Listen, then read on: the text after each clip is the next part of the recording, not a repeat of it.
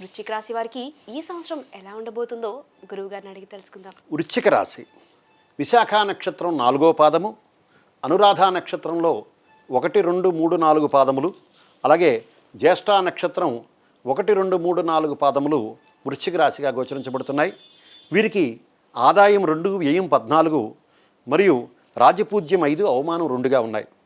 ఈ సంవత్సరం ఈ యొక్క వృశ్చిక రాశి వారికి గురుడు 7, 8 స్థానముల్లో సంచరించడం చేత శుభ అశుభ మిశ్రమ ఫలితములుగా గోచరిస్తున్నాయి.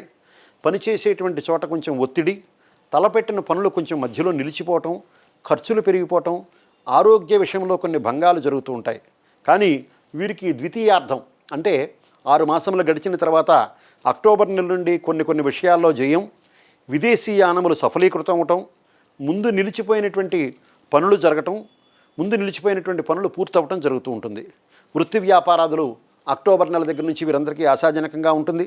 ఈ యొక్క వృశ్చిక రాశిలో ఉండేటువంటి రాజకీయ నాయకులు, కళారంగంలో ఉండేటువంటి వారికి కొంతమేర పర్వాలేదని అనిపిస్తూ ఉంటుంది.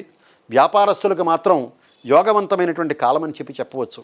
హోల్సేలు, రీటైల్ రంగంలో ఉండేటువంటి వారికి, అలాగే రియల్ ఎస్టేట్ వ్యాపారం చేసేటువంటి వారికి ఈ సంవత్సరం అంతా కూడా అనుకూలంగా ఉంటుంది. మొత్తం మీద ఈ యొక్క వృశ్చిక రాశిలో ఉండేటువంటి వారికి మిశ్రమమైనటువంటి ఫలితాలు కలుగుతూ ఉంటాయి. ఈ అవరోధాలను అధిగమించాలన్నట్లయితే గణపతి సుబ్రహ్మణ్యేశ్వర స్వామి ఆరాధన ఈ సంవత్సరం మీరు చేసినట్లయితే వీరికి ఉండేటువంటి అడ్డంకులన్నీ కూడా తొలగి ప్రతిబంధకాల నుంచి కాపాడి వీరందరూ కూడా ప్రగతి పథంలో ఉంటారు. స్వస్తి.